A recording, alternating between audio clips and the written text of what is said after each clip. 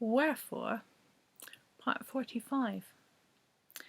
The Wizard Winklepicker is wise enough in the ways of teenage boys to wait for Tim to be in the back garden before she shows up. Even so, she sees far more than she wanted to. Tim now has a girlfriend, and they are rather tangled up in each other. Winklepicker coughs loudly. Tim pulls his face away from his girlfriend and looks at her wearily. "What do you want?" he asks, with all his usual charm and style. "Well, a chat with you, as it happens."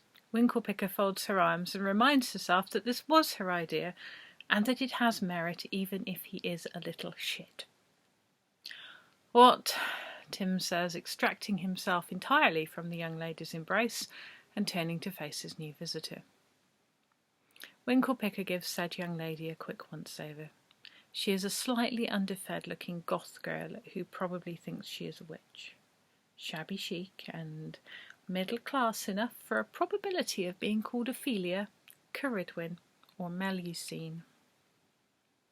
"Do you still want to be a wizard?" Winklepicker asks. "I am a wizard. I don't need your permission," Tim says. Winklepicker makes a tsk noise. "Yes, I know you can do all manner of things. That's why I'm here, to see if you'd like to be one of the 7. "What's in it for me and what does it cost?" Tim inquires calmly. Winklepicker is pleased with his attitude, but doesn't let it show.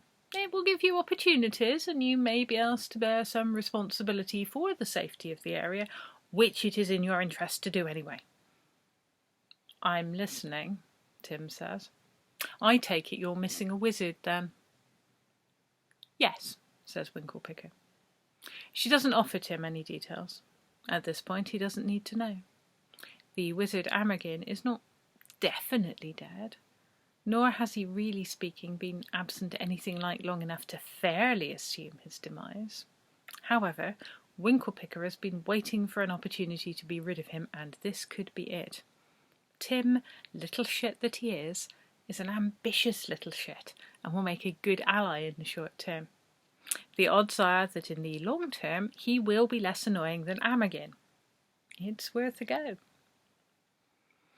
Announcing the emergence of a promising new young wizard certainly helped persuade the other 5 that Amergin is over. Winklepicker is old enough and cynical enough to think she won't have much control over Tim, but his goodwill might be available and useful, and she is going to be his new best friend on that basis. "Is now a good time to talk, or would you like me to come back at some other time and get you up to speed?" She even manages a smile. Tim glances at his girlfriend. "Can you spare me for the rest of today?" The girl is clearly disappointed, but looks at Tim like he's impressive. "Call me when you're done?" she asks. "Count on it," he says, and Winklepicker sees a flash of the man he could be. And there is potential. Winklepicker waits for the girlfriend to leave and is glad that the kissing is minimal. "I totally trust Sabrina," Tim says, "but she'd be out of her depth with all this." He is right. Whether Tim will soon be out of his depth too, Winklepicker has no idea. They sit at the table on the patio. Winklepicker explains things. The problem is that responsible wizards take apprentices who will be ready to replace them when the time comes. Amergin was never interested in his responsibilities, and all of his so-called apprentices were women in their 20s whose magical potential he invariably came to doubt as soon as he grew bored with them. In his absence, Amergin has left no one to replace him, no one to inherit his books or secrets or to stand in his place. The thing is, he inherited his house from his predecessor, so there's a good chance we can persuade the house that you are his apprentice and rightful heir. "We?" Tim queries. "I see no reason why you should have to sort this out on your own. You hardly need to prove anything, and you may as well have the benefit of my experience." Tim is pleased enough about this to nod rather than argue. It is a relief to Winklepicker to see that he is not a total idiot. Just enough of an idiot that she can manipulate him a bit to her own advantage. Aside from the house on Horns Road, the cemetery and the heavens were his, places with some power of their own which you can claim. "Good," says Tim. "I like the sound of this." And don't worry about the legal paperwork side of the house, I'll sort that out for you. She watches his face. He's clearly used to having a lot of resources, but owning the magical home of a departed wizard clearly appeals to him. Of course, there is no knowing what will happen if Amagin returns from his goblin adventure. Tim will be the one to deal with it first. This does not trouble her at all.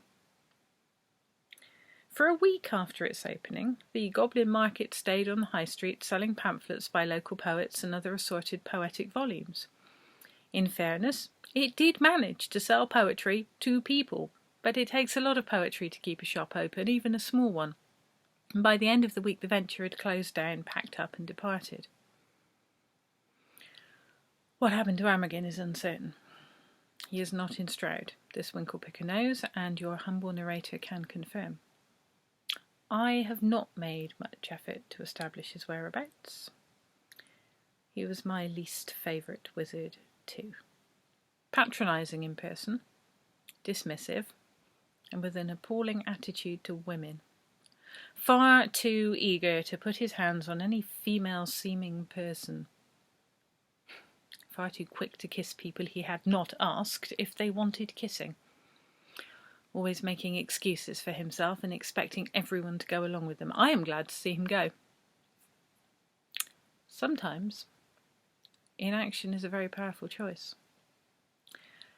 Sometimes it is by not knowing that we get things done. I do not know what happened to Amagin that night. I was not there. I did not look many places within back at Halloween. I did not deliberately trap him wherever he went. I was just shoring up the weave afterwards. It's what I'm for. I was, for a little while, one of the young ladies. He found it amusing to kiss and to tell they had magical potential. I take these things very personally. And sometimes, as a narrator, I am less than perfectly honest with you. I leave things out. I tell you about the past in the present tense. There are holes in my stories.